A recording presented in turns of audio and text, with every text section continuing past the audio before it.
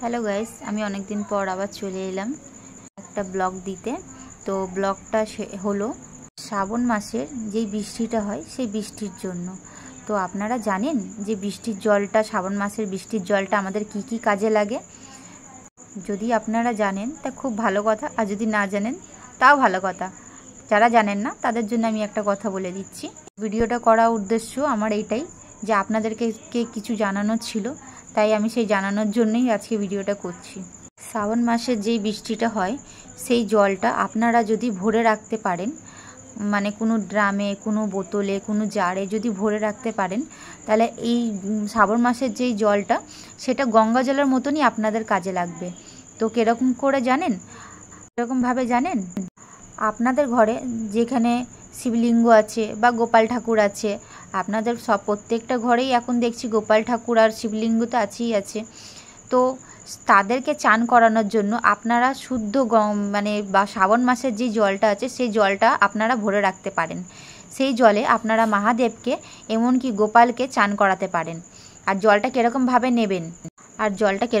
নেবেন জানেন? জলটা নেবেন একদম আকাশের নিচে, যেই জলটা পড়ে সেই জলটা নেবেন। এমনকি কোনো ছাউনির নিচে, কোনো টিনের নিচে, কোনো জায়গাতে আপনারা জল রাখলে আপনাদের কোনো কাজে লাগবে না। সোজা আকাশের নিচে যেই জলটা, মানে একদম আকাশ থেকে যেই জলটা পড়ছে, আপনারা ছাদে রাখতে পারেন বা খোলা বারান্দার মধ্যে রাখতে পারেন। যেইখানে সোজা জলটা পড়ছে সেই জলটা আপনারা কাজে লাগাতে পারেন। গঙ্গা জলের মতন বাবাকে চান করাতে পারেন, মহাদেবকে চান করাতে পারেন, ফটো মুছতে পারেন। এমনকি গঙ্গা জলের আপনাদের যেরকম কাজ হয় সেরকম এই জলেও আপনারা সেম ওই কাজ করতে পারবেন। তো দেখুন, আমি অনেক জল ভরে রেখেছি। সেই জলে আজকে বাবার ফটোগুলো, মানে মহাদেবের ফটোগুলো আমি মুছলাম। সেই জল আজকে বাবাকে আমি শিবলিঙ্গতে জল দিয়েছি, আর সেই জলই আমি খেতে দিয়েছি। হ্যাঁ, এই গ্লাসে আমি শুদ্ধ বৃষ্টির জলটা আমি খেতে দিয়েছি। আপনাদের ঘরে অনেক জায়গাতে গঙ্গা জলে খুব সমস্যা হয়, আনার প্রবলেম হয়। সময় থাকতে আমাদের গঙ্গা জল অনেকটা আনতে অসুবিধা হয়ে যায় অনেক সময়তে। তো তাদের জন্য এই কথাটা যে আপনারা শ্রাবণ মাসের জল ভরে রাখতে পারবেন। আর শ্রাবণ মাসের জলটা ভরে রাখলে ঘরের সুখ সমৃদ্ধি বজায় থাকে।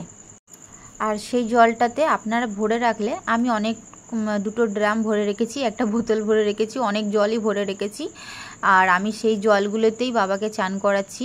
আর আপনাদের যদি মন খুঁত লাগে তো সেই জলের মধ্যে আপনারা একটু করে গঙ্গা জল মিশিয়ে আপনারা মহাদেবকে এমনকি গোপালকে চান করাতে পারেন। সবে একটুখানি, দেখুন আমি কত জল ড্রাম সব ভরে রেখেছি।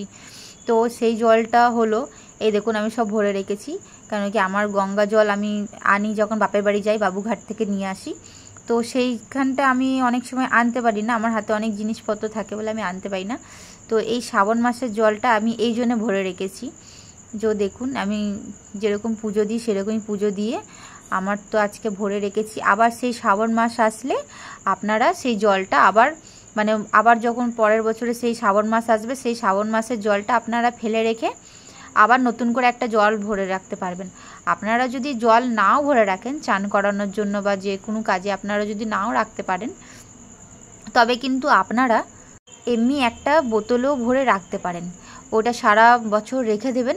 আবার সেই শ্রাবণ মাস এলে, পরের বছর শ্রাবণ মাস এলে সেই জলটা ফেলে দিয়ে আবার নতুন করে জল ভরতে পারেন। আর এই দেখুন আমি একদম আকাশের নিচে আমি জল অনেকগুলো, কালকে রাত থেকে আমাদের এখানে প্রচুর জল হচ্ছে, প্রচুর। তাই আমি অনেক সময় হয় কি, শ্রাবণ মাসের জলটা না ঝিপঝিপ করে জল হয় আর জলটা থেমে যায়, জল ভালো করে হয় না। আর যেরকম সময় জল হয় সেরকম সময় আমি জলটা ভরে রাখতে পারি না। ওই জন্য কালকে রাত থেকে আমি অনেক জল ভরে রেখেছি, এমনকি সকালবেলাতেও অনেক জল ভরে রেখেছি। সেই জলেই আমি বাবাকে চান করাবো, মহাদেবকে চান করাবো। তো বৃষ্টির জলটা খুবই ভালো। আপনারা কে জানেন আর কে জানেন না আমাকে প্লিজ কমেন্টে জানাবেন। আর আমার এই ভিডিওটা ভালো লাগলে লাইক, কমেন্ট, শেয়ার করে দিয়ে যাবেন। আর বেল আইকন বাজিয়ে আমার পাশে থাকবেন। আজকের জন্য এইটুকুনি, টাটা, বাই বাই।